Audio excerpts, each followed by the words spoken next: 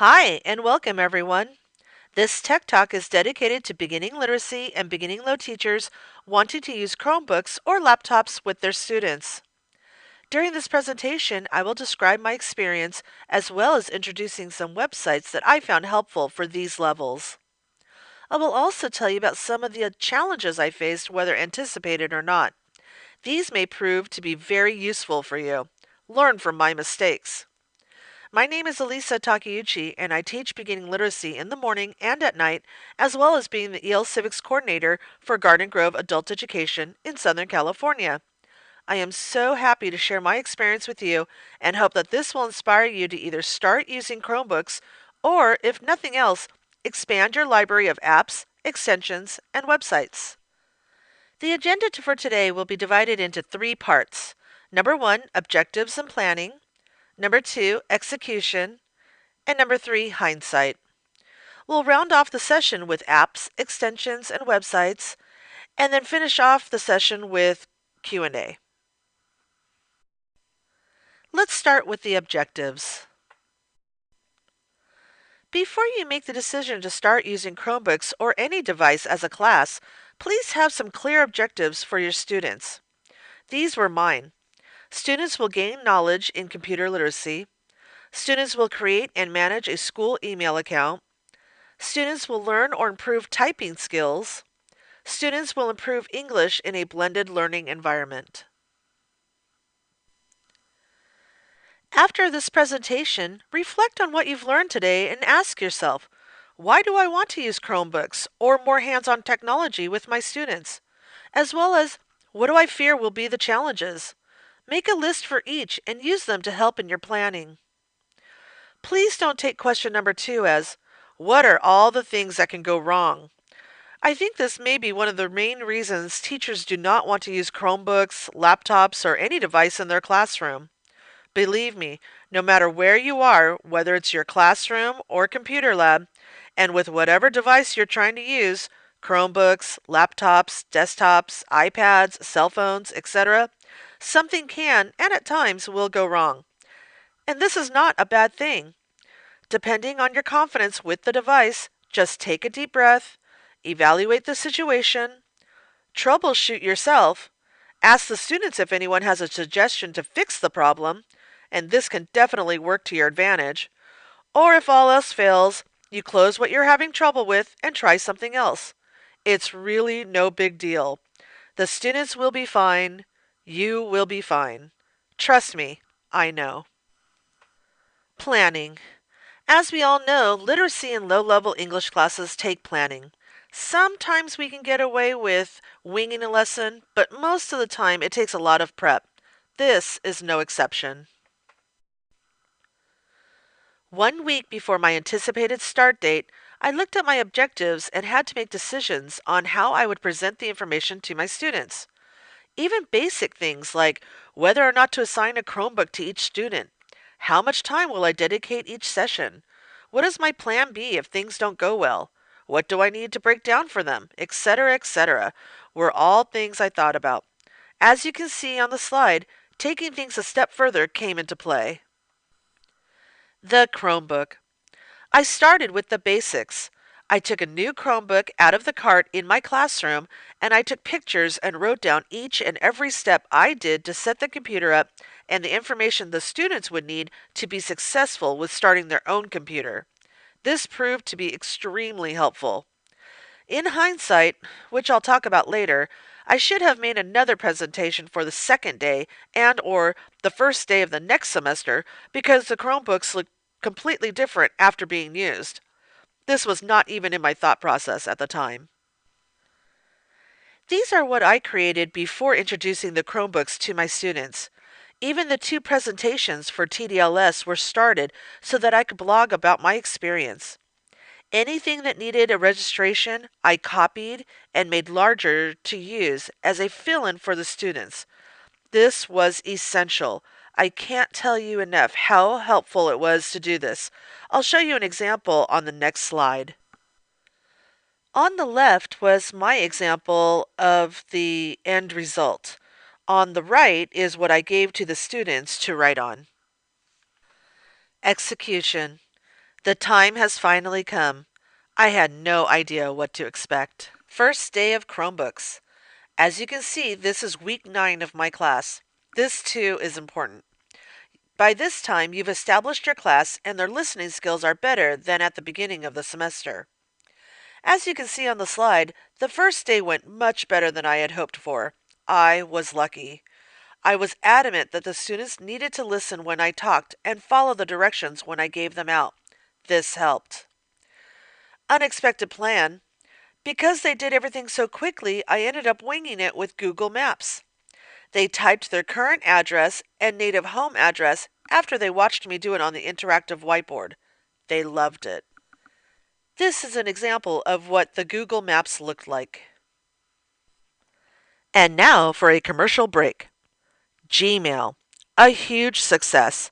Not all students could master how to do this on their own, but with the help of some other students in class, I wasn't running all around the classroom trying to help anyone and everyone who needed it.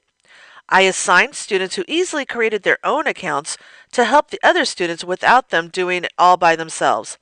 This was key. I didn't mind if they helped in their native language, although I encouraged them to speak as much English as possible, but I didn't want them to just do it without the troubled students to at least try. Typing.com. A great resource if you want your students to learn how to type. I was very watchful of their posture, hand positions, etc., so that they wouldn't create bad habits. Many of the students took to it quite well and actually practiced on their own at home. Kahoot.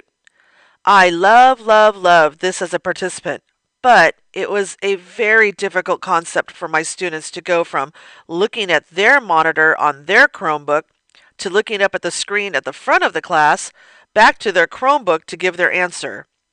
I tried 3 times with capitals and smalls with little success. I gave up and it saddened me.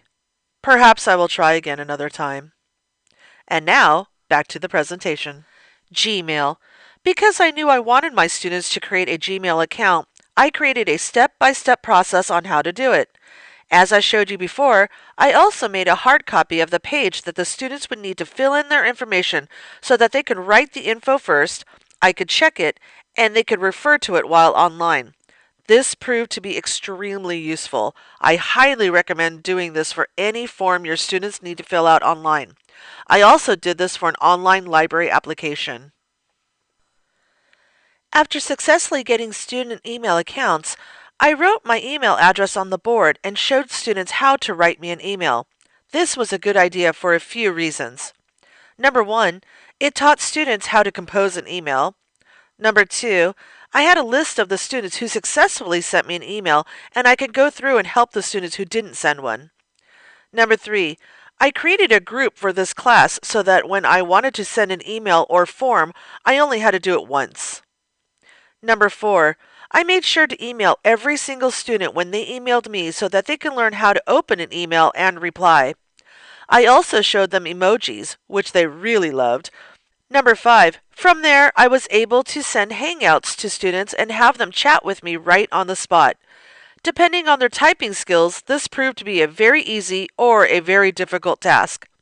It actually helped to be an incentive for students who didn't type well, because if they couldn't reply quickly but saw other students respond and get responses over and over, they wanted to learn how to type faster. The next few slides show various stages of my students creating and using their new email accounts.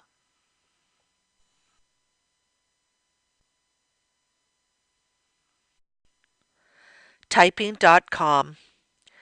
I asked myself the following 2 questions. Is keyboarding as important as I think it is? My answer, yes.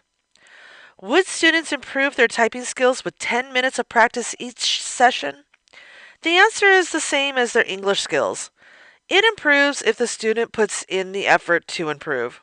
Some students really practiced and made the most of their time, and others just went through the motions.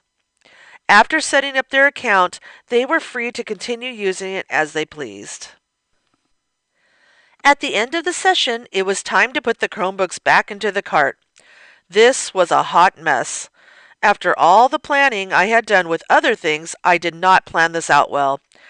If I would have taken the time to show them what I expected step by step, just like I had done before, this process would have been much smoother.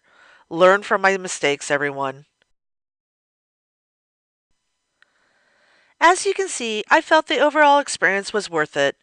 Was it a lot of work? Yes. Will it continue to be work as we move forward and learn new things? Yes. Was it difficult with new students who started after all of this? Yes. But it helped to have student helpers. Will I continue to do this next year with a new class? Yes. Most of the work is done. I just need to tweak and rethink some of the things, but the experience the students get by using the Chromebooks is well worth it. Apps, extensions, and websites. I won't go into too much detail, but I will give you some ideas on what you can use with beginning students. If you'd like more training on this particular area, contact OTAN. Google Tone. This allows you to send a URL to the computers in the vicinity via audio sounds. It's incredible. Like Jetsons incredible. This could prove extremely useful for those websites that have really long URLs or your students struggle with copying it correctly. Mercury Reader. This takes authentic text from the web and eliminates all the other clutter. This helps students not to click on ads and such while on the website. Read and Write. This handy-dandy tool allows text to be read out loud. It has a picture dictionary and adjustable speeds and accents for personal pleasure. Amazing. Hindsight. Well, I went out of order, my apologies, but it'll actually be good to end with this. Like I said before, learn from my experience. After all is said and done, I wish I would have taught these things before they came up during class all willy-nilly. Key vocabulary missed by Alisa teacher. I know, you're thinking to yourselves, how could she have let this happen? Honestly, I don't have an answer. This is genius. Scrolling is made easy by just taking two fingers and moving it up and down. You can also use the arrow up and down keys, but why? Other teachers will look at you like you're a magician. There aren't too many times when you'll need cap locks, but just in case, this is how you do it. Thank you so much, everyone. Please contact me or OTAN if you'd like more PD on this or any number of topics.